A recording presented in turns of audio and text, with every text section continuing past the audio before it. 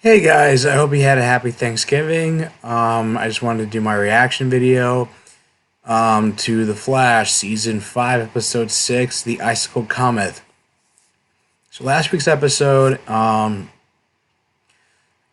and Nora were still on bad terms, and Barry decided they were going to work on a case together involving Ragdoll.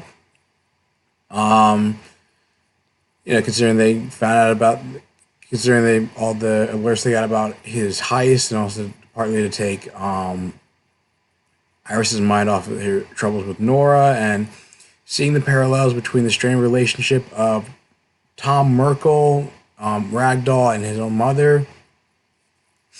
I was trying to understand Nora's point of view, like how could she become so cold and overbearing towards as bad of a parent as Nora says she is. At the same time, Nora was hanging out with Cecile and was telling her all these stories about Barry, which she later deduced that were actually about Nora. What Nora deduced they were actually about Iris, not Barry. Especially some story about how Iris is basically hung out with Barry when he was still mourning his mom's death, and the kids were making fun of him because they thought they thought Henry did it, and it's like, oh, you're the son of a murderer. And then we also had a showdown between Ragdoll, Ralph, and Iris, and how he almost pushed Barry off the top of a building because he was handcuffed with he was disabled with the medicuffs. And Iris ended up just diving off the building right after him with the keys to the medicuffs, just knowing that he would, if she got him free, that he would be able to save both of them. Which Nora came just in time to witness and and it really changed her tune about Iris. And between that and having spent enough time with Cecile, she was finally convinced to let go of her resentment towards Iris and not hold her accountable for something that she hasn't even done yet. And it led to they took the first steps to reconciliation. And the B plot was Ralph, Sherlock, Cisco, and Caitlin investigating the whereabouts of Caitlin's dad, and they realized that he was being hiding in a Black Ops site, and they were able to reactivate some of DeVoe's satellites in order to help track down people affected by the debris from the Starlab satellite when it was used by the Enlightenment, try to find Cicada, and also going to use to try to locate what Black Ops site that Thomas Snow is hiding in.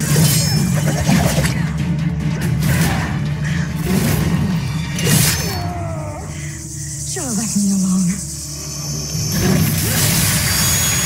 Oh no.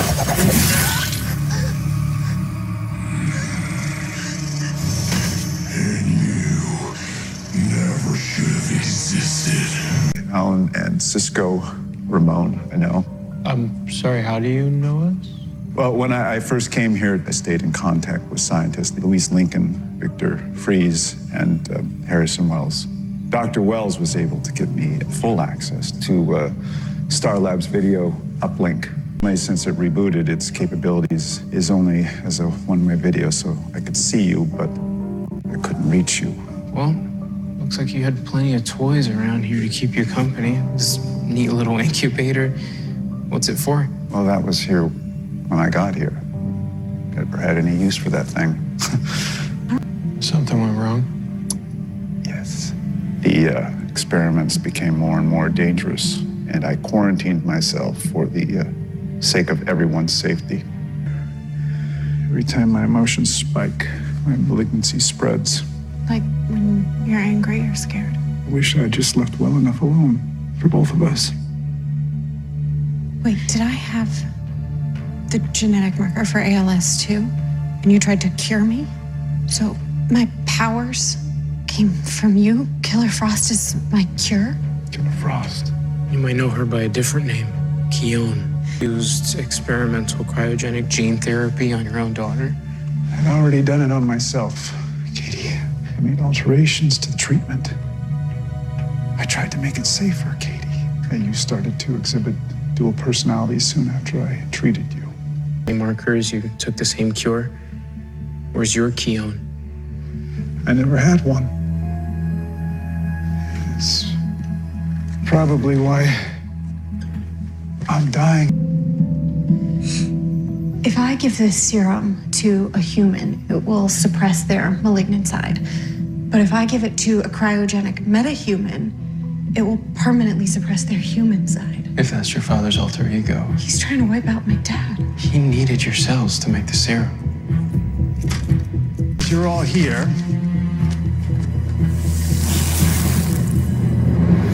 You had such smart friends, Katie. A frozen liquid in your lungs is going to be turning into tiny icicles, making it very difficult for you to breathe. No worries. You'll pass out soon.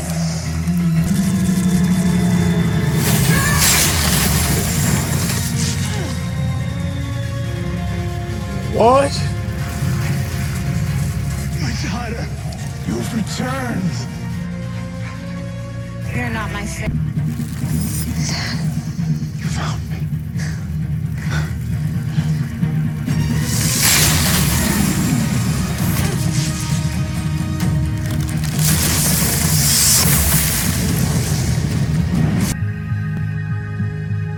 Orlin.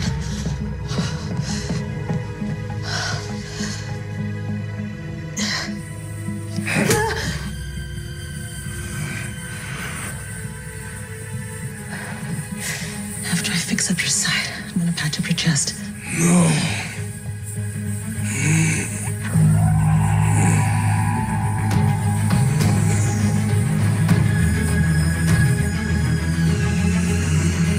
It's making me stronger.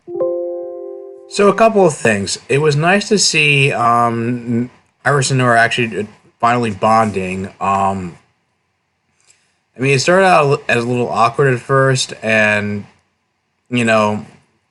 with Iris wanting to come with Nora wanted to go with Iris to start interviewing people, and Iris wanting her to just kind of comb the scenes, comb the area for clues, but trying to be understanding towards her daughter, but Iris trying not to be a nuisance. I mean, Nora not trying to be a nuisance to Iris about it, but it was pretty. I just found it like probably one of the most endearing things about this episode, and even Sherlock was trying to be accommodating, sort of, and Nora bringing up the fact that Joe had, off screen had talked to her about Iris's stint to the Speedster and telling her that to use the same trick, create a tidal wave that she used against the Meta at the end of that episode in order to find the satellite's core buried beneath the ocean. Iris using her best, Nora and Iris putting their heads together and realizing that Cicada, or as we know as Orlin Gibbons, took his daughter Grace to the Central City Carnival at the time of the Enlightenment, and that they got hit with debris in that general area.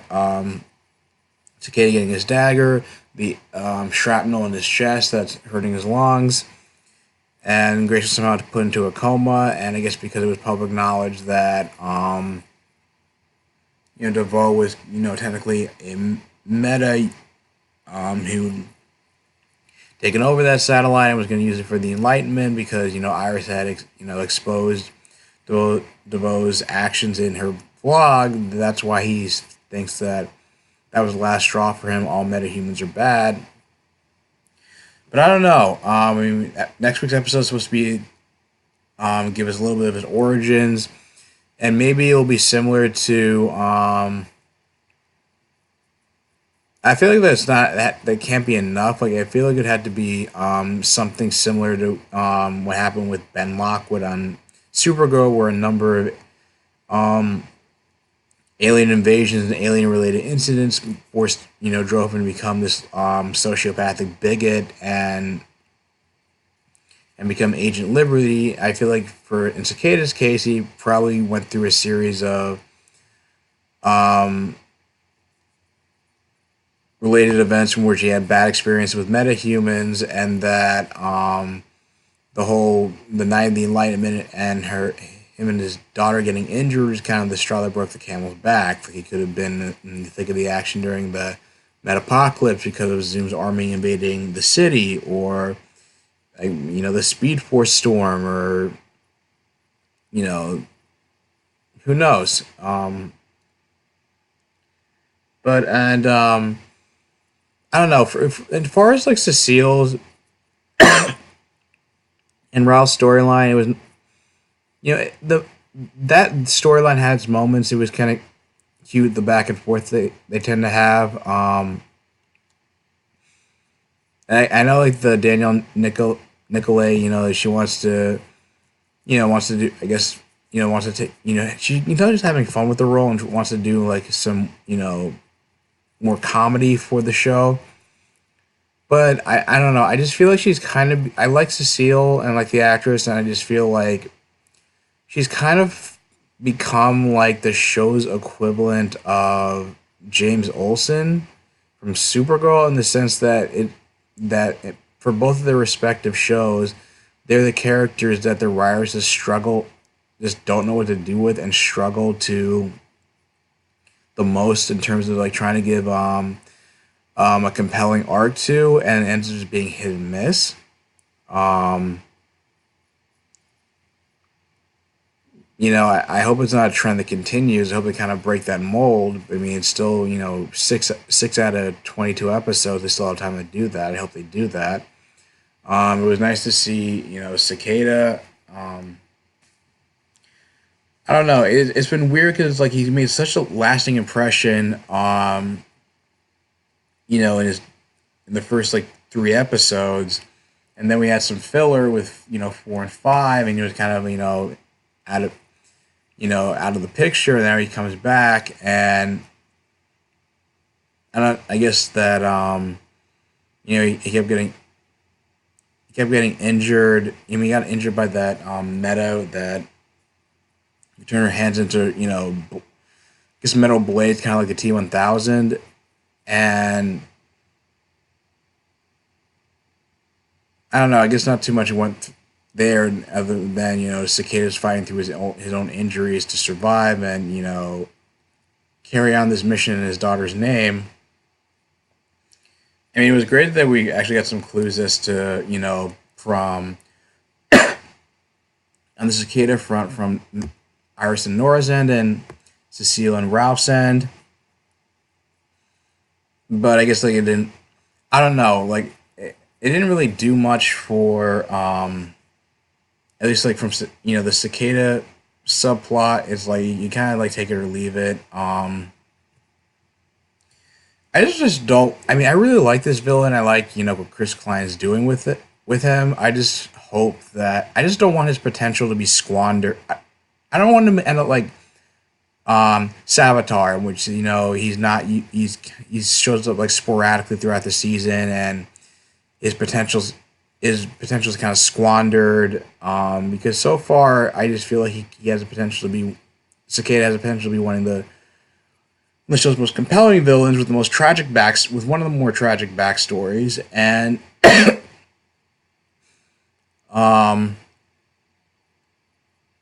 and become one of the show's like better villains. And the stuff with Caitlin's father. I mean, I feel like it was kind of predictable, but I guess it's because the trailers gave it away. That would just be one of those things where a long lost loved one just reappeared miraculously, and they try to explain how they came back with some holes in their story. One person wants to accept the fact that they're just back. No, no strings attached, and the other people calling out and being suspicious. They end up finding common ground and realize, yeah, there's more to it than meets the eye. I mean, you've seen this on like Supergirl season 2, episode 14, Homecoming, with Jeremiah Danvers. I've seen this on like Power Rangers Lost Galaxy with Leo. Think he saw Mike again, alive and well, and turns out it was an imposter. I guess you can kind of say you saw it on like Dark Angel with why am I blanking out on like Jessica Alba's character seeing his brother Max again for the first time, and then realizing he's been brainwashed into becoming this cyborg. So it's kind of like I feel like the storyline has kind of become like a tired trope. So I don't know like how much I can completely criticize it. I mean, I guess I guess it has some cliche dialogue. I mean, and the fact that we finally got Killer Frost back. I'm happy about that. I guess like Icicle's going to be like a side villain in the same way that like Eminent Black and Captain Cold before him, and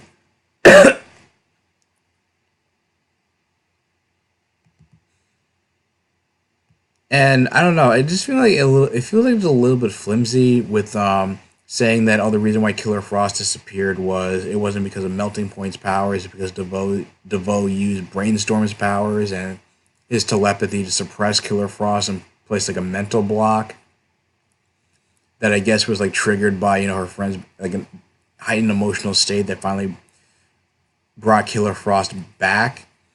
But then you kind of realize that with the whole like Caitlin went through this experimental cryogenic therapy that created a second personality for both herself and her father, and you just feel like, okay, so one traumatic event as a kid brought Killer Frost out. So and Caitlin's been through a lot of other traumatic events. So why something like Ronnie dying or being kidnapped by Zoom or is like, I mean, why weren't those events enough to bring Killer Frost out prior to season 3? So it just feels like the whole backstory just feels like very flimsy and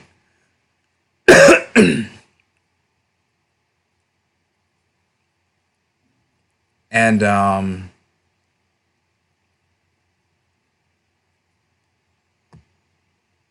I don't know. It just feels like it just would have been less convoluted if they just stuck with Caitlin getting her powers through the particle accelerator post Flashpoint. So I don't know. I just hope that we're like done with this whole origin thing. And I mean, granted, like what we're getting is leaves a lot to be desired.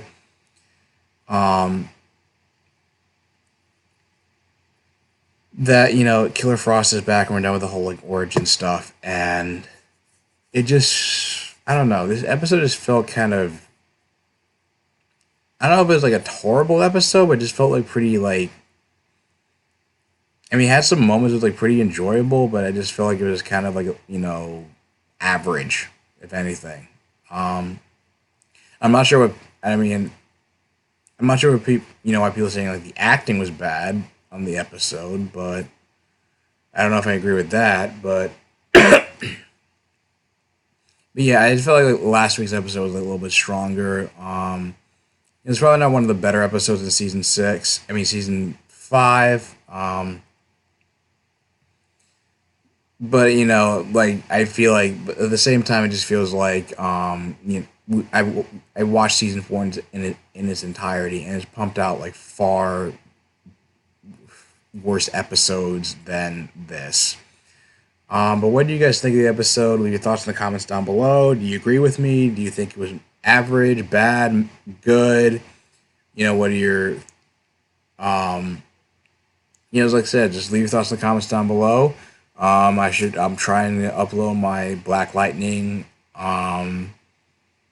reaction tomorrow, and I hope you guys are enjoying the holiday. And if you like this video, like, share, subscribe, and I will talk to you guys soon. Take care.